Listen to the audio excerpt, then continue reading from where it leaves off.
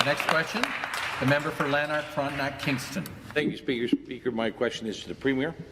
In my supplemental question yesterday, I asked this government if the people of Ontario should prepare for internment camps. In September, the federal government posted a call for expressions of interest for contractors to supply, provide and manage quarantine isolation camps throughout every province and every territory in Canada. Coronavirus isolation facilities are very real. My colleague Cian Bexey has been flying all over the country trying to locate those federal government coronavirus quarantine facilities mentioned by renegade independent Conservative MP from Ontario, Randy Hillier. Cian even found one in Manitoba.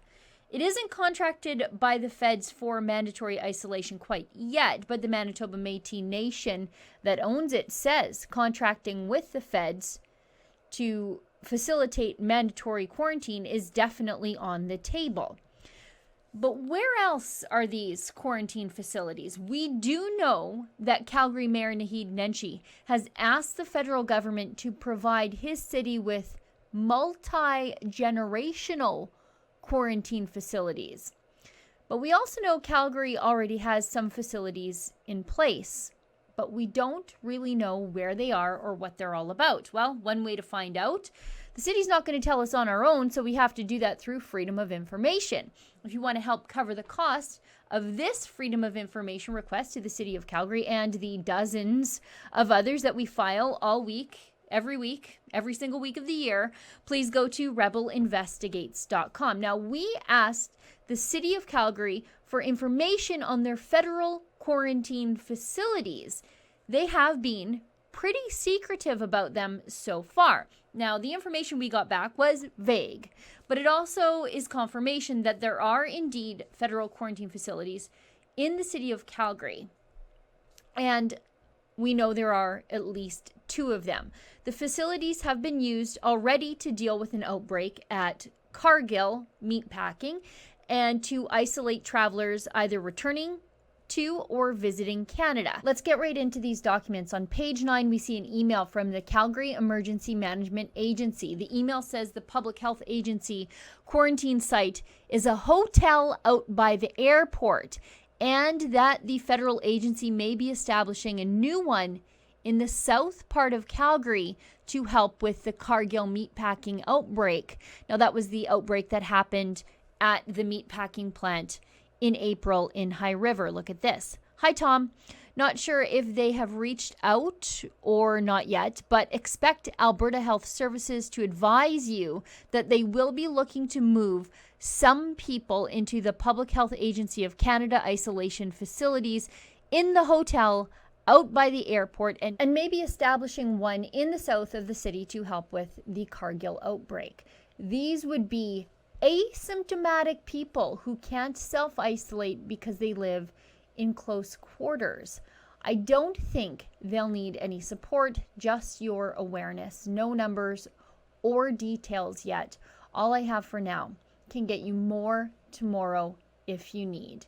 Now on page 11, we learn exactly what the quarantine site really is. Apparently, it's not one, but 2 co-located hotels in Calgary, and Health Canada instructs Calgary not to disclose the location for privacy and, quote, safety reasons, though all of the local officials are given a tour of the facility. Look at this. Public Health Agency of Canada Western Region has retained 2 co-located hotels nearby to serve as designated self-isolation site until April 30th, 2020. The location of the site is not publicly known and should not be disclosed given privacy and safety concerns. Public Health Agency of Canada has also retained the services of the Canadian Red Cross to deliver some operations at the site, as they have done at other self-isolation sites in Canada. Public Health Agency of Canada completed the operational setup of the Calgary self-isolation site on Friday, April 4th. Public Health Agency of Canada would like to walk first responders through the site and be familiar with PPE procedures here, if in the event of a traveler transport to a local hospital or a building evacuation.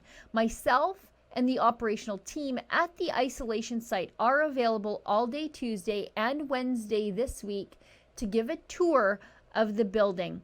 Please indicate a time that works for you, and I will send an invitation with the address. On page 16, so well after the federal government has announced that Calgary is one of the 4 airports that will still be taking international flights, the City of Calgary is left flat-footed, trying to figure out what all of that means and where people are supposed to be sent to self-isolate. Look at this. I am in a management team meeting, and a question that came up was, with Calgary one of 4 airports allowed to accept international travelers, and those travelers must go immediately into quarantine from the airport, does Alberta Health Services have an idea of how many travelers might be expected? And part 2, would Alberta Health Services be looking into accommodations, strategies for these folks? Now on page 23, we learned that Canada's Chief Public Health Officer has the authority to designate any place in Canada as a quarantine facility if deemed necessary to protect public health in accordance with sections 7 and 8 of the Quarantine Act. So what this means for you is that Theresa Tam has the authority to take your property, hotel, rig camp, man camp, pipeline camp, bed and breakfast, and stick people in it, sick or otherwise, as long as Theresa Tam deems it necessary. Yes, the woman who flip-flopped on masks and borders over the course of literally a couple of days has the power to take your property. What could possibly go wrong? We're going to keep looking and filing for access to information into cities and provinces and municipalities all across the country to see if we can locate these COVID isolation camps in your town. And if you'd like to help us do that, please go to rebelinvestigates.com. For Rebel News, I'm Sheila Gunn Reid. We know the federal government has already set up quarantine facilities all across the country, and we know that they are looking to set up more of them. I want to know where they are, who's going to be put in them, and how much these things cost. And one of the best ways for us to get our hands on that information, actually one of the only ways for us to get our hands on that information, is through access to information. If you'd like to help us get access to these documents, you can donate to that cause at rebelinvestigates.com.